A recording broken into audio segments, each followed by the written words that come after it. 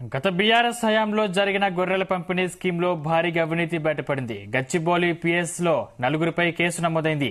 2,10,00,000 రూపాయలు తప్పుడు ఖాతాలోకి దారి మళ్లినట్లు గుర్తించారు. మాజీ మంత్రి తలసాని శ్రీనివాస్ యాదవ్, ఓఎస్డీ కళ్యాణ్పై అనుమానాలు వ్యక్తమవుతున్నాయి. 2 కాంట్రాక్టర్లు, పశుసంవర్ధక శాఖ అసిస్టెంట్ డైరెక్టర్లు రవికుమార్, కేశవ సాయిపై సెక్షన్ 406, 409, 420 కింద కేసులు నమోదయ్యాయి.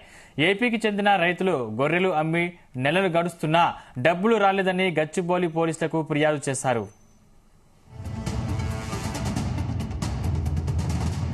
సంబంధించిన మరింత పూర్తి సమాచారం మా ప్రతినిధి రవితేజ అందిస్తారు. రవితేజ, బీఆర్ఎస్ ప్రభుత్వం అధికారంలో ఉన్నప్పుడు గొల్ల కురుమల కోసం ప్రత్యేకంగా గొర్రెల పంపిణీ ఒక స్కీమ్ అమల్లోకి తీసుకొచ్చి దాని ద్వారా ఎవరైతే ఈ పశు పోషణకు సంబంధించినటువంటి కుటుంబాలు ఉంటాయో వారు ప్రభుత్వానికి దరఖాస్తు చేసుకోవాలి. ఆ దరఖాస్తు ద్వారా ప్రతి ఒక్కరికి ఈ గొర్రెల పంపిణీ స్కీమ్ అవలంబిస్తుంది, అని ఇంప్లిమెంట్ చేస్తామంటూ కూడా రాష్ట్ర ప్రభుత్వం తీసుకొచ్చిన తర్వాత అది కొద్ది మేరకు విమర్శల పాలైన ఈసారి ఏకంగా బురుడి కొట్టించినటువంటి అంశం మళ్ళీ తెరపైకి రావడం జరిగింది. గచ్చిబౌలి పోలీస్ స్టేషన్ లో మొత్తం 4 పైన కేసులు నమోదయ్యాయి. 2,10,00,000 అమౌంట్ తప్పుడు ఖాతాలోకి దారి మళ్లినట్లుగా కూడా అధికారులు వీటిని గుర్తించడం జరిగింది. మాజీ మంత్రి తలసాని శ్రీనివాస్ యాదవ్ ఓఎస్డీగా ఉన్నటువంటి కళ్యాణ్ పైన అనుమానాలు వ్యక్తం చేస్తా ఉన్నారు. ఎందుకంటే కళ్యాణ్ గతంలో కూడా ఓఎస్డీగా పనిచేసినప్పుడు ఆ మంత్రి తలసాని శ్రీనివాస్ యాదవ్ రాజీనామా చేసి తను వెళ్ళిపోతున్నటువంటి ఖాళీ టైం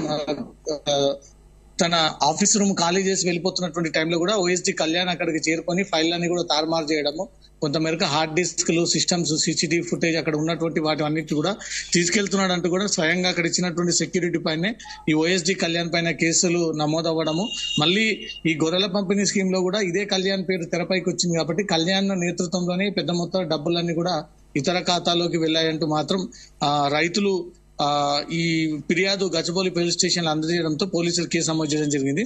కళ్యాణ్ తో పాటు 2 కాంట్రాక్టర్లు, పశు సంవర్ధక శాఖ అసిస్టెంట్ డైరెక్టర్ గా ఉన్నటువంటి రవికుమార్, కేశవ్ ఇద్దరు పైన కూడా 406, 409, 420 సెక్షన్ల కింద కేసులు నమోదు చేయడం జరిగింది.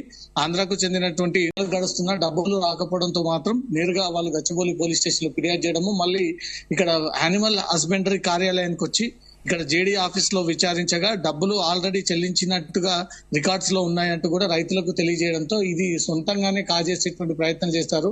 కొన్ని నెలల నుంచి సంవత్సరాలు కావస్తున్నాయి గొర్రెలకు సంబంధించినటువంటి డబ్బులు రాకపోవడంతో ఓఎస్డీ కళ్యాణ్, దాంట్లో పనిచేస్తున్నటువంటి కాంట్రాక్టర్లు, అసిస్టెంట్ డైరెక్టర్లుగా ఉన్నటువంటి వారిపైన అనుమానం వ్యక్తం చేస్తూ ఫిర్యాదు చేయడంతో పోలీసులు కేసు నమోదు చేయడం జరిగింది.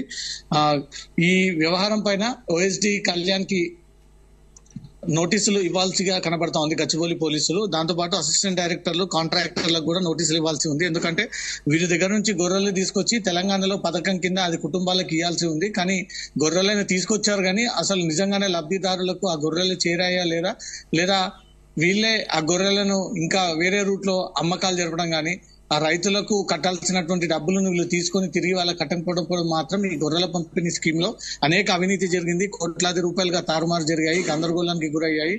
ఇష్టానుసారంగా మంత్రి పేరు చెప్పుకొని అసిస్టెంట్ గా పనిచేస్తున్నటువంటి అందరూ కూడా డబ్బులు దండుకున్నారనే ఒక వ్యవహారం తెరపైకి వచ్చింది. దీనిపైన రాష్ట్ర ప్రభుత్వం కూడా విచారణ జరిపించి ఒక కమిటీ వేసి ఈ గొర్రెల పంపిణీ స్కీమ్ ఎంత మేరకు పబ్లిక్ కి రీచ్ అయింది, ఎంత మేరకు లబ్ధి పొందారు, ఎంతమంది డబ్బులు కట్టారు, ఇంకెంతమందికి గొర్రెలు రావాల్సిందనే దీనిపై రాష్ట్ర ప్రభుత్వం విచారణ జరిపితే కోట్లాది రూపాయలుగా జరిగినటువంటి అవకతవకలన్నీ కూడా బయటకు వచ్చేటువంటి అవకాశం ఉంది. Sandeep, right, thank you Raviteja.